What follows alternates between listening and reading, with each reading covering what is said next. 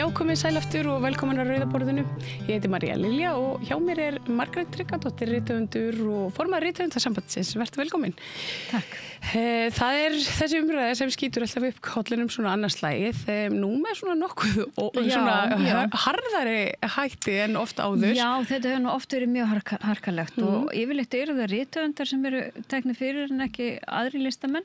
Okkur finnst náttúrulega pínu ósanngjarnt en við erum svo sem vönusu og í raun og veru fögnum alveg umræðinni og það var bara, þetta er ákveðið tækifæri til þess að minna á okkur. Þetta kemur á fínum tíma og miklu betri tíma finnst mér en þegar verið að útluta og sumir fá ekki og fólk er mjög sárt oft. Og þannig að þetta er raun, þetta er bara, það er 20% árangurshlutfall úr þessum sjóðum. Þannig að það eru langflestir sem fá ekki vegna þess að það eru bara svo ofsalega fáir mánuður til skiptana. En já, þetta er mjög sérstakt en það voru sem sagt samtök skattgreiðenda sem að birtu ykkur á úttekt og reiknuðu þessu einhvern veginn að ákveðnum tölum sem ég held nú að reyndar að séu kannski ekki alveg réttar. Nei. En það er mjög margt sérstætt í þessu. Til dæmis það að það virðast bara bækur vera taldnar og maður sér ekki hvað bækur. Og þetta eru 10 rithöfundar sem eru teknir sérstaklega fyrir og taldar bækur og jafnvel, þú veist hvað hver síða kostar sem mjög svona vafasamt. Það voru miklu fimleikar við að finna út úr því svona hvað hver síða kostar. Já, þeir sem að sækja í sjóð rithöfunda, þeir sem sinna ritlist, þeir eru ekki endilega bara þeir sem að gefa út bækur og rithöfundar, ég meina í rithöfundasambandinu til dæmis sjónvarpsþýðendur sem eru nú held ég fæstir að fá úr listamannalaunum en ég meina þeir geta alveg sótt eins og aðrir.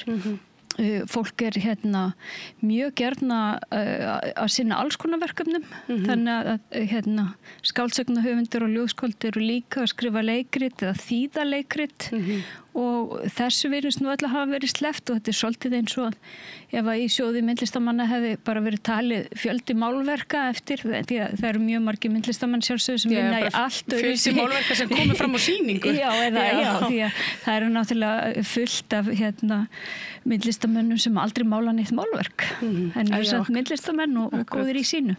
Já, Andri Snær var nefndur hann en hann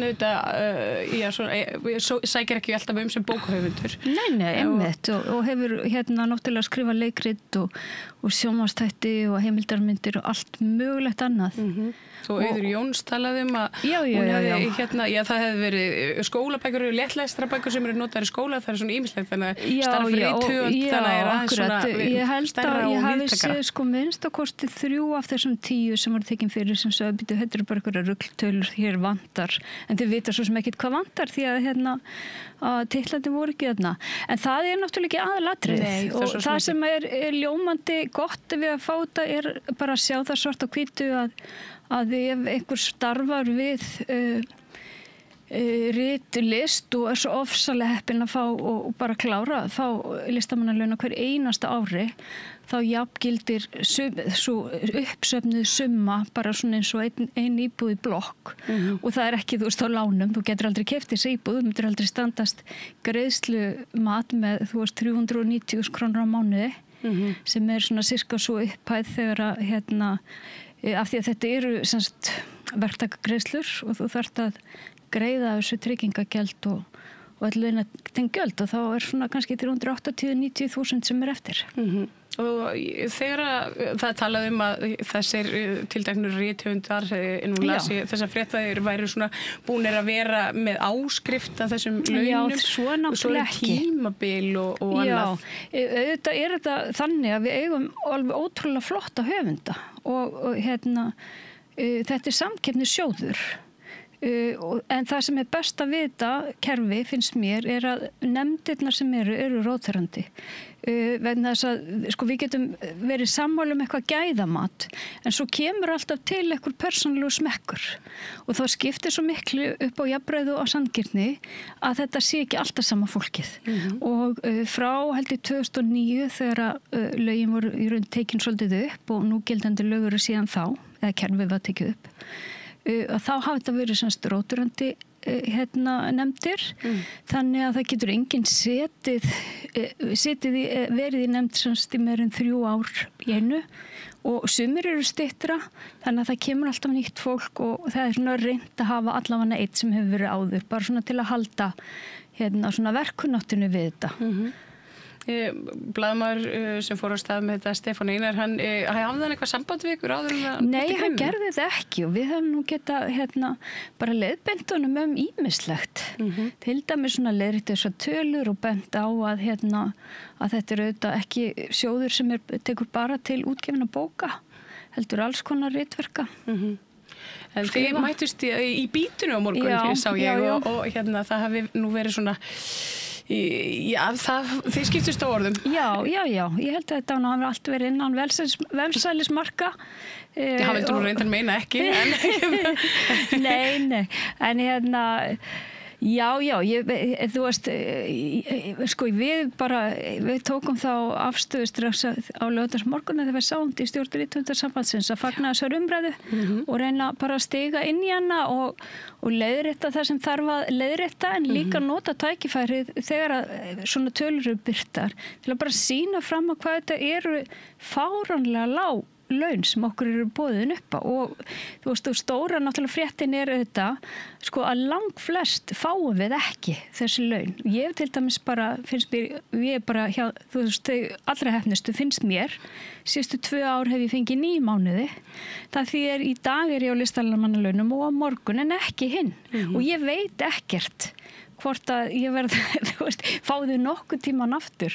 Ég sæki og svo bara býð ég að vona. En af hverju þetta mikilvæg laun? Sko, listamannalaunin eru bara, myndi ég segja, bara rétt eins og atvinnuleikhúsin og þú veist þessi núna vonandi nýja óperan og þessi svona stóru kerfi utanum listsköpun á Íslandi. Þetta er algjört súrefni til allrar listsköpunar. Við sjáum það þegar þessu kerfi komið á 92 að það verður í fyrsta sinn á Íslandi til stétt atvinnurithöfunda. Rithöfundur gátu farið að lifa af því að skrifa bækur, voru ekki að gera það í hjáverkum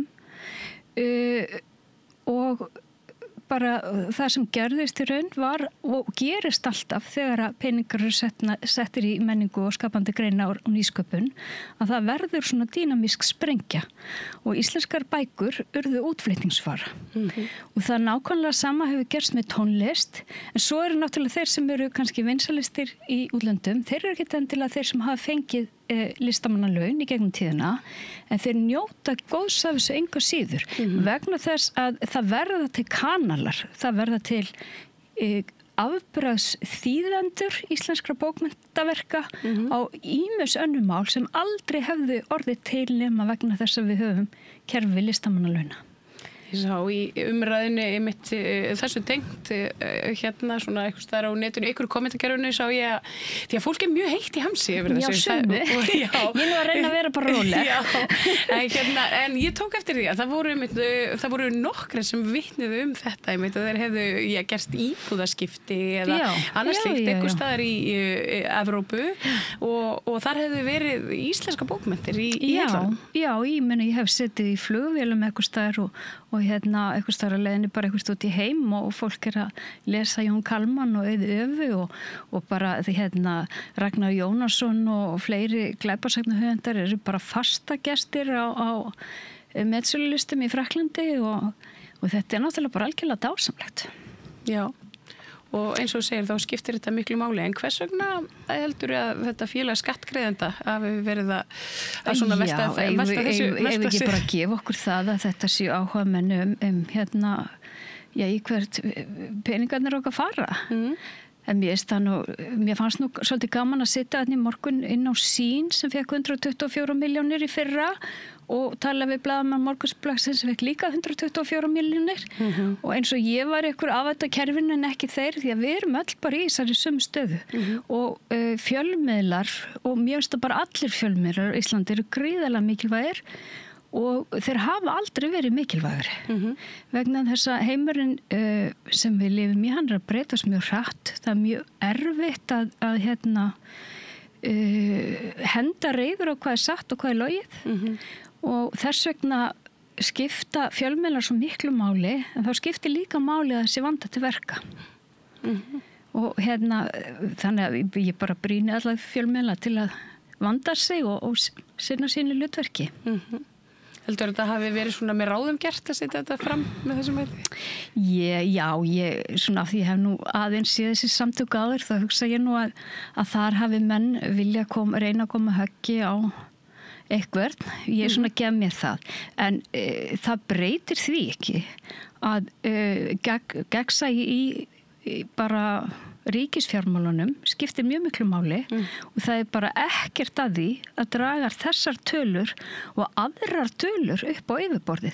Og við bara sem íbúar í þessu landi, okkur á ekki vera sama hvert peningarnir okkar að fara og ef það er eitthvað sóun í kerfinu þá eigum við náttúrulega að reyna að fara betur með fjármagn en ég held að sé ekki sóun í þessu kerfi. Nei.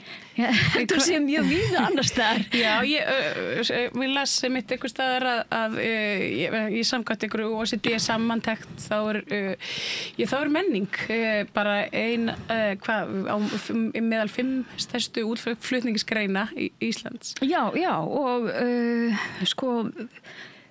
ég held að sé 3,5% af hagkerfinu sem er bara menning og skapandi greinar. Sjávarútvegurinn er 4%. Þannig að við sjáum að þetta er, þetta er ekki eins og þetta sé eitthvað fólk að leika sér bara. Þetta er alvöru atvinnugrein og hún er svo sannarlega bæði, hún er virðisaukandi á mjög marga vegu, skapar hér gjaldeyri og annað og hún er náttúrulega gríðarlega mikilvæg stoðgrein til fyrir aðra greinar. Bæði náttúrulega fyrir ferðaþjónustuna því að það er, fólk kemur hérna auðvitað út af náttúru en líka út af menningu. En mér finnst hún eiginlega mikilvægast bara fyrir okkur. Af hverju erum við að búa á Íslandi? Jú, það er að því að þetta er heimil okkar og hér er einhver menning sem við þekkjum, okkur þykir gaman að taka þátt í og viljum taka þátt í að þróa áfram. Ísland á ekki að vera bara eins og okkur verbúð þar sem fólk kemur og vinnur og fer svo heim og sefur eða eitthvað neins slekkur á sér sko. Við höfum að vera lifandi samfélagstegnar og taka þátt í. Og svo er þetta skrásetningin öll svo mikilvæg, saman hvort hún er í formi myndlistar eða ritlistar Algjörlega. Að fanga tíðarandan. Já, þetta er mjög og mikilvægt. ég held að rithöfundar gerir það kannski og bara listamenn auðvitað yfir höfuð en það er svo oft eitthvað svona óaþreifanlegt sem byrtist í verkum og maður skynjar og sér svo jafnvel enn betur eitthvað tíman seinna hvað bara, mér dettur nú bara í hug sko, Andri Snær og Lofstar sem er einhvern veginn bara svona spádómsbók fyrir heila samtíman því miður. Hann og Sigríður Hagalín. Já, þetta er bara hættulegt fólk. Já, þetta er hættulegt fólk. Bara af ritlunum með þau.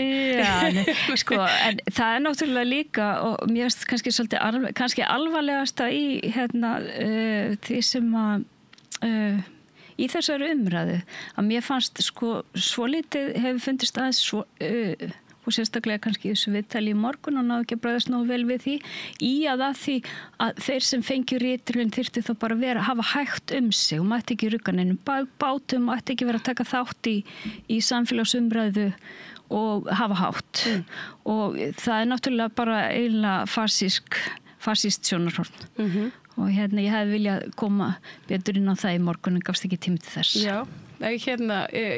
Stefán talar í morgunum þetta og umræðan einkennist alltaf á svo mikil geðsræringu svona ykkar megin. Já, ég bara er ekki sammála því.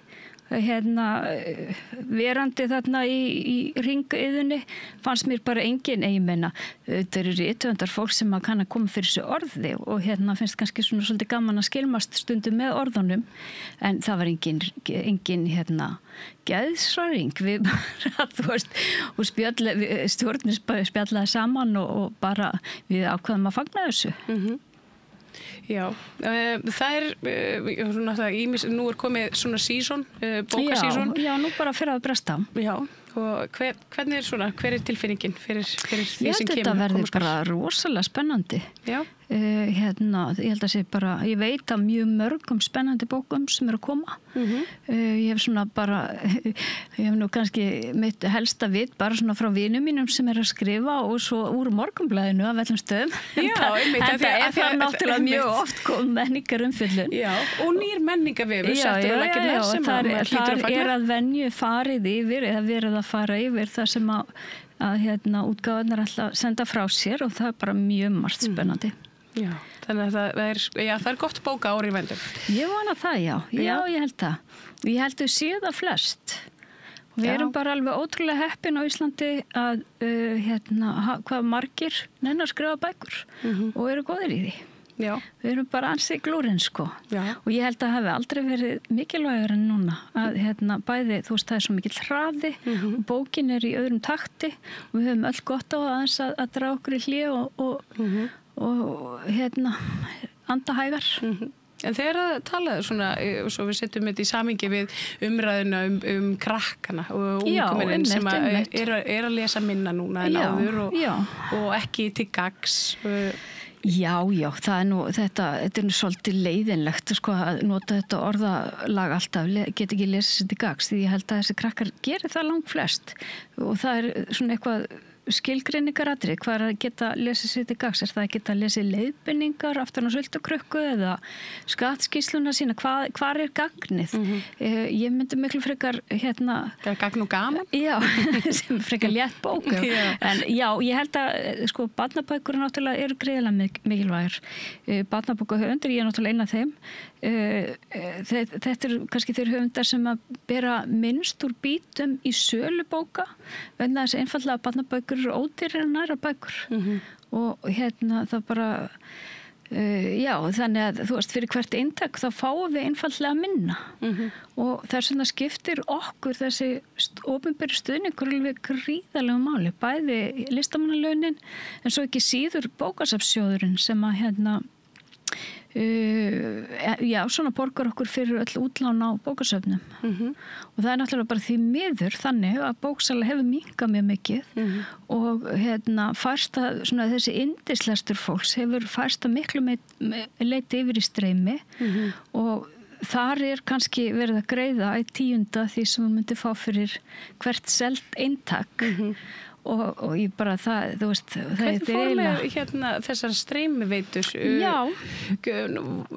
Nú voru allavega, það voru höfðuð mál, veit ég, af rithöfundasamböndum á Norðurlöndunum. Er það eitthvað sem að þið gerðu líka?